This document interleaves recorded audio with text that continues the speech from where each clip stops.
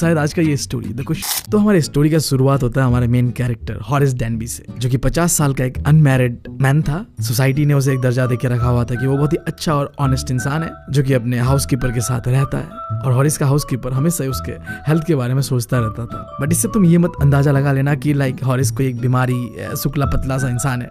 नहीं, वो टोटली एक हेल्थी पर्सन है। बट हाँ, एक्सेप्ट उसे एक बीमारी है जो कि बस समर सीजन में ही आता है। लाइक बीमारी का नाम था हे फीवर। हे फीवर आसान भाषा में मैं बताऊँ तो तुम्हें एलर्जी था उसे फूलों से, ठीक है। और ये एलर्जी स्पेशली गर्मियों के मौसम में उसे होता था, जब भी वो फूलों के पास जाता था। इस बात से मैं समझ सकता हूँ कि वो 50 साल के होने के बाद भी सिंगल है। अब जिस बंदे को फूल से एलर्जी है उसे बंदी कहाँ से मिलेगी? सही बात है। पर्सनल नहीं जाते, प्रोफेशन का बात करते हैं। ताला चाबी, लॉकर्स, ये सब बनाने का उसका बिजनेस था, जो कि काफी सक्सेसफुल था, जहाँ उसने 2 लोग भी लगा के रखा हुआ था अपने बिजनेस में अपने साथ। तो तुम सही में कह सकते हो, जैसा लोग कहते थे कि हाँ वो एक अच्छा रेस्पेक्टेड व्यक्ति था सोसाइटी के अंदर पे। बट एक बात है, वो ऑनेस्ट नहीं था। अब क्यों नहीं था ये जानने के लिए तुम्हें आज से 15 साल पहले फ्लैशबैक पे चलना पड़ेगा। So let's go. तो आज से 15 साल पहले हमारे भाई ने करा था एक चोरी, जिस कारण उसे पहली बार और आखिरी बार जाना पड़ा था जेल, प्रिजन लाइब्रेरी के अंदर। तो पूरे चैप्टर का जो स्टोरी है वो बेस है इसी चोरी के ऊपर कि क्यों हमारे भाई ने करा था एक चोरी और उससे उसे क्या सबक मिला। सुन के तुम हैरान हो जाओगे। भाई ने चोरी करा था क्योंकि उसे महंगे रेयर किताबें पढ़ने का शौक था, और वो शौक पूरा करता था ऐसी चोरियां करके लोगों के घरों पे लॉकर तोड़ता था। उसके लिए चीज कोई बड़ा बात तो था नहीं, क्योंकि वो ताले चाबियों का बिजनेस ही करता था। इस पॉइंट पे मेरे दिमाग पे बस एक ही बात चल रहा है, ये जो कहते हैं ना लोग, मैं कुछ भी कर सकता हूँ, कुछ भी कर सकता हूँ। भाई तुम ऐसा कोई चोर ढूंढ के निकाल दो इंडिया के अंदर पे जो पढ़ने के लिए चोरी कर रहा है, किताबें पढ़ने के लिए। वाह। खैर, तो उसका ये हर साल का सीन था कि बहुत ही बारीकी से प्लान करता था कि उसे कहाँ चोरी करना है, कैसे चोरी करना है। और वो इतना पैसा इकट्ठा कर लेता था कि जो साल के 12 महीने हैं वहाँ उसे किताबें खरीदने के लिए कोई किल्लतें ना झेलना पड़े। और वो उन पैसों से जाके एक सीक्रेट एजेंट के द्वारा उन महंगे रेयर किताबों को खरीद लिया करता था। मुझे बस अपने भाई के लिए इस चीज से बुरा लग रहा था कि यार तुझे किताबें चाहिए थी तो मुझसे मांग लेता, स्टोरों पे पड़े हुए किताबें ले जाता, तू चोरी करने की क्या जरूरत था? बीबी, शायद तूने ठीक से सुना नहीं उसने क्या कहा। रेयर और एक्सपेंसिव किताबें पढ़ना है उसे, अपने सीनियर्स का यूज किया हुआ किताबें नहीं। ओके, कुल, हाँ ठीक है।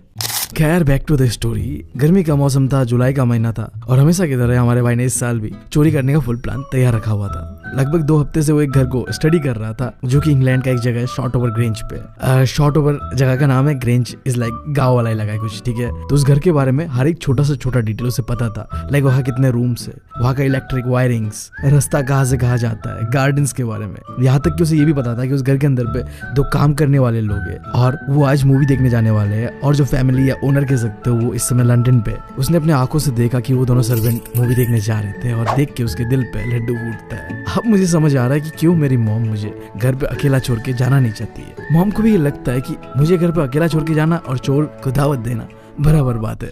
खैर, उस दिन हमारे भाई को थोड़ा सा हे फीवर होके बैठा हुआ था नाक पे। फिर भी वो गार्डन के रास्ते से घर पे एंटर करता है, अपने पीठ पे जो भी सामान का झोला वोला लेके। चोरी चकाटी करना है तो खोलना होगा ना लॉकर वॉकर, तो उसके लिए। अब हमारे भाई को ये बात पता था कि उस घर के लॉकर में 15,000 पाउंड्स का ज्वेलरीज, तुम कह लो सोना जवाहरात जो भी है, जिसके उसने अंदाजा लगाया लगभग मुझे 5,000 पाउंड्स तो मिल ही जाएगा। तुम सोचोगे कि आधा से भी कम क्यों, चोरी का माल है यार, पूरा दाम कौन देता है, जितना मिला उतना ही है। उसके लिए तो काफी था वो, क्योंकि उसे तो किताब खरीदना था ना, बस ऐसे मजादूरी करना था। ऑटम के महीने पे 3 इंटरेस्टिंग किताबें आने वाला था, और जितना पैसा उस चोरी से मिलने वाला था उतना उसके लिए काफी था। तो वो दोनों हाउसकीपर के जाते वक्त उसने देखा था कि उसमें से एक ने जो घर का चाबी है वो किचन रूम का जो बाहर वाला दरवाजा है ना उसके पास पे रखा हुआ था। तो चुपचाप ग्लव्स पहनता है और उस चाबी को लेता है और घर के अंदर एंटर करता है, ये चीज का पूरी तरीके से ध्यान रखते हुए कि कोई भी फिंगरप्रिंट मेरा इस घर के अंदर पे ना छप जाए।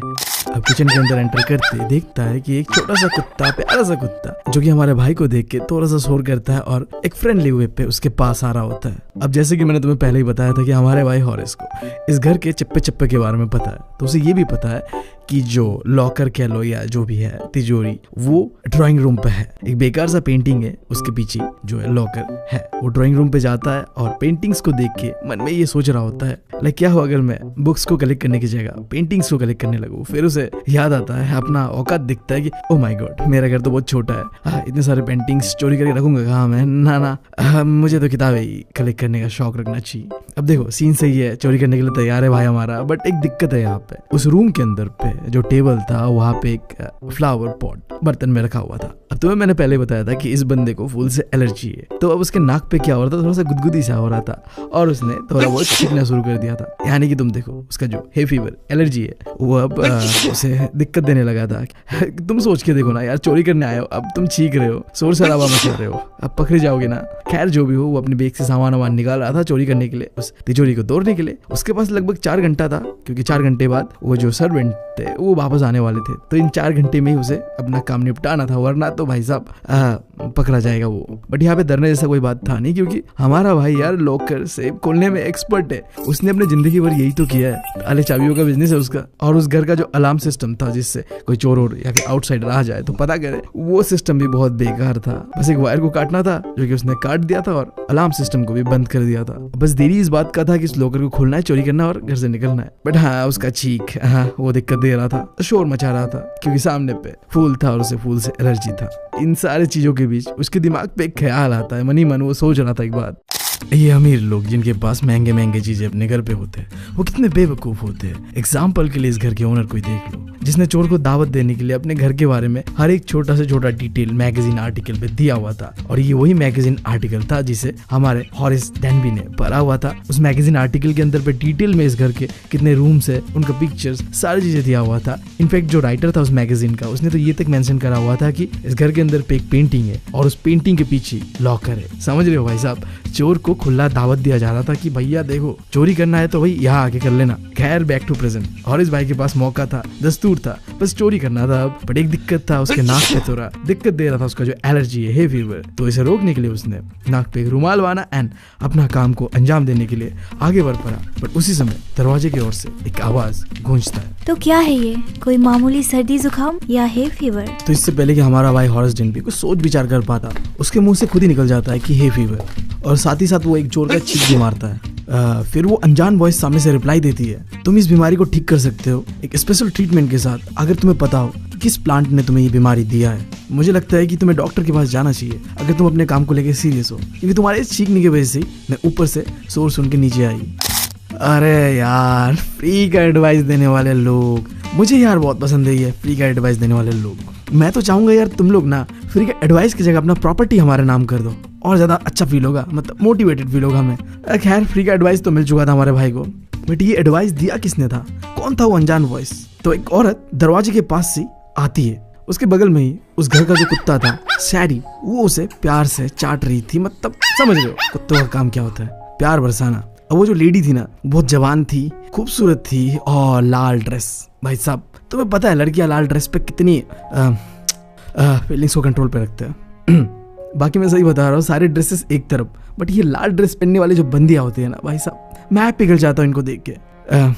खैर मुद्दे पे आते हैं। तो वो अनजान सी वुमेन जो कि अब लाल ड्रेस पे है, इस स्टोरी में इसका नाम नहीं डिपिक्ट करा गया है। अभी के लिए मान के चल रहे हैं कि ये इस घर की मालकिन है, क्योंकि ये ऐसा बिहेव भी कर रही है। घर के पास में जो आग जलाने वाला जगह होता है, वो उसके पास आती है और घर की चीजों को साफ करने लगती है, इधर उधर के बिखरे हुए चीजों को। वो जो कुत्ता था सैरी, उसे कहती है कि बैठ जाओ, और साथ ही साथ चेहरे पे एक खूबसूरत सा स्माइल देते हुए हमारे भाई हॉरिस को कहने लगती है। सबको यही लग रहा था कि मैं 1 महीने के लिए घर से बाहर हूँ, बट देखो मैं कितने सही समय पे घर पहुंचा हूँ। बट मैंने ये एक्सपेक्ट बिल्कुल नहीं किया था कि मेरे घर पे किसी चोर से मेरा मुलाकात होगा।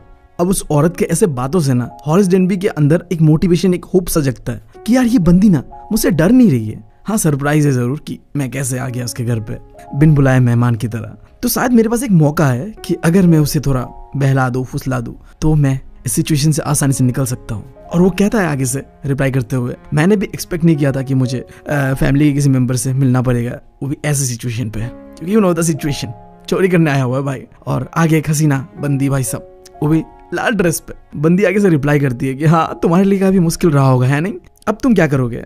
तो हमारा भाई कहता है कि मेरे दिमाग में पहला थॉट यही आया था कि मैं भाग जाता हूँ। बट फिर बंदी आगे से रिप्लाई करती है कि ऑफ कोर्स तुम भाग सकते हो, बट मैं पुलिस को कॉल कर दूंगा और तुम्हें वो आसानी से पकड़ लेंगे। तो भाई कहता है फिर से मैं भाग सकता हूँ, बस मुझे थोड़ा होशियारी दिखाना होगा।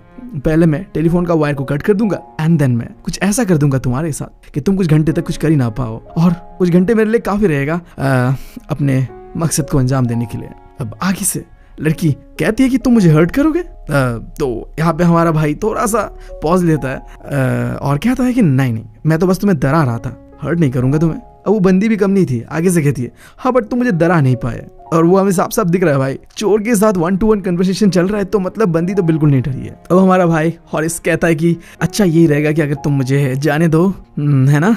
आगे से बंदी कहती है क्यों मैं तुम्हें जाने दूं, तुमने मेरे घर में चोरी करने की कोशिश करी थी, और अगर मैं तुम्हें जाने दूं तो तुम किसी और के घर पे ऐसे ही हरकत करोगे, तुम जैसा इंसान सोसाइटी के लिए खतरा है। अब ये सुनकर हमारा भाई हॉरिस हंसते हुए कहता है कि नहीं नहीं, मैं सोसाइटी के लिए तो बिल्कुल खतरा नहीं हूँ, मैं अपना चोरी उन्हीं से करता हूँ जिनके पास पैसे बहुत ज्यादा होते हैं और मेरा चोरी करने का एक खास मकसद है। ये कह के हमारा भाई उस बंदी से रिक्वेस्ट करता है इस उम्मीद के साथ कि काश वो मान जाए और मुझे जाने दे। वो कहता है कि देखो मेरे पास कोई ये हक तो नहीं है कहने का, बट यार हो सके तो मुझे प्लीज जाने दो, मैं प्रॉमिस करता हूँ कि आज से मैं आगे चोरी कभी नहीं करूंगा। अब स्टोरी का ये पॉइंट ना मुझे सबसे ज्यादा फनी लग रहा था, क्योंकि हमारा भाई वो चीज करने की कोशिश कर रहा था जो इम्पॉसिबल है, लड़की को अपना बात मनवाना।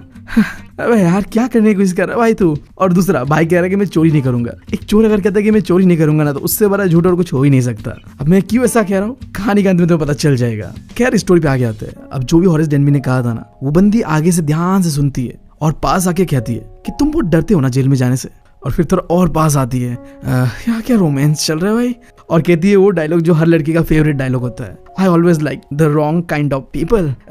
सिंपली बोलूँ तो दीदी को बैड बॉयज पसंद है यार। आई होप तुम लोग भी रिलेट कर पा रहे हो, कोई बंदी सुन रही है तो मैं क्यों यार पसंद है बैड बॉयज, हम गुड बॉयज में क्या कमी है यार, अगर कमी है तो बता सकते हो कमेंट्स पे, हम सुधार लेंगे। क्यों भाइयों मैं सही कह रहा हूँ ना। खैर स्टोरी पे आते हैं। तो वो बंदी बगल में पड़े हुए टेबल पे एक सिल्वर बॉक्स होता है उसे उठाती है और उसके अंदर से एक सिगरेट निकालती है, और हमारा भाई भी उसे इम्प्रेस करने के लिए अपने ग्लव्स को खोलता है और अपने लाइटर से उसके सिगरेट को जलाने लगता है। अरे यार भाई तू क्या कर रहे, तेरा क्रश थोड़ी है, चोरी करने आया तो इम्प्रेस करने लग गया उसे, देखना ये तुझे भारी पड़ेगा एक दिन। तो हमारा भाई हॉरिस लाइटर को उसके पास लाते हुए इस उम्मीद से कि वो मुझसे इम्प्रेस हो जाएगी यार, कहती है कि क्या तुम मुझे जाने दोगे। बंदी आगे से कहती है कि हाँ बट अगर तुम मेरे लिए कुछ करोगे तब। देन वो एक्सप्लेन करती है कि मुझे एक मदद चाहिए। क्या है सुनो। तो लंदन जाने से पहले उसने अपने हस्बैंड से ये प्रॉमिस किया था कि उसका जो ज्वेलरीज है ना वो लॉकर से निकाल के वो बैंक पे जमा करेगी, क्योंकि बैंक में सेफ रहता है यार, पैसे हो या ज्वेलरीज हो। बट वो भूल गई थी वो चीज। बट अब उससे जब आज आई है तो एक पार्टी में वो ज्वेलरीज पहनना है, बट उससे आगे बोलने वाली थी बट बोली नहीं वो। हमारा भाई समझ गया कि तुम्हें पासपोर्ट याद नहीं है राइट, और तुम्हें ये तिजोरी खोलना है ताकि तुम वो ज्वेलरीज पहन पाओ। तो वो लड़की आगे से रिप्लाई देती है हाँ। अब हमारे भाई का बिजनेस सीधा ताला चाबी होगा, और साथ में वो एक प्रोफेशनल चोर भी था, तो इस ताले को तोड़ना तो भाई कुछ बस घंटे का काम था। तो वो कहता है बंदी से कि हाँ तुम्हें अपना ज्वेलरीज तो मिल जाएगा, तो उसके लिए मुझे ये सेफ तोड़ना पड़ेगा, यानी लॉकर को तोड़ना पड़ेगा। तो बंदी आगे से कहती है कि तुम घबराओ मत, मेरा पति अभी लंदन गया हुआ है, महीनों भर आएगा नहीं, जब तक आएगा तब तक मैं इसे रिपेयर करा लूंगा, तो तुम तोड़ दो यार फटाफट।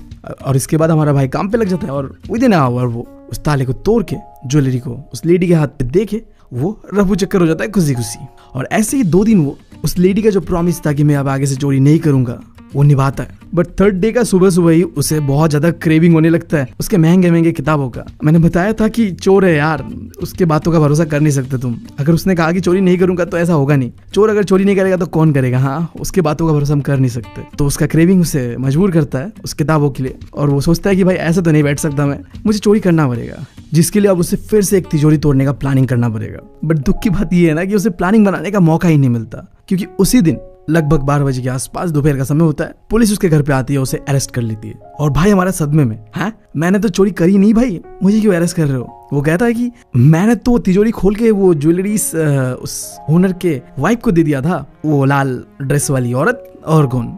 बट देखो यार पुलिस कहती है कि उस घर में चोरी हुआ है और फिंगरप्रिंट्स का निशान मिला है हमारे भाई हॉरिस डेनबी का, क्योंकि भाई ने ग्लव्स खोल के लाइटर जलाया था, याद है तुम्हें। और फिर वो ताला भी ऐसे तोड़ा होगा, तो हाथ का निशान तो भाई साहब बैठ ही गया उस तिजोरी में। और उसके बातों का कोई भरोसा इसलिए भी नहीं कर रहा था क्योंकि उस घर का जो वाइफ था ना वो एक खड़ूस बुड्ढी थी, और जो उसने बताया था कि एक सुंदर नौजवान और भोली भाली औरत थी, ऐसा तो कुछ था नहीं। तो सब उसकी बातों को बस एक मजाक की तरह ले रहे थे, और भाई हमारा गंदा फंस गया था। तो यही होता है भाई औरत का चक्कर, बाबू भैया औरत का चक्कर। खैर बैक टू प्रेजेंट। अभी हमारा भाई हॉरिस डेनबी जेल के अंदर ही एक असिस्टेंट लाइब्रेरियन है। भाई साहब किताबों का जो नशा है ना उसका, उसे वो अभी तक बरकरार रखा हुआ है। हमारा भाई अक्सर सोचता है उस चालाक, चतुर, स्मार्ट और ब्यूटीफुल लेडी के बारे में।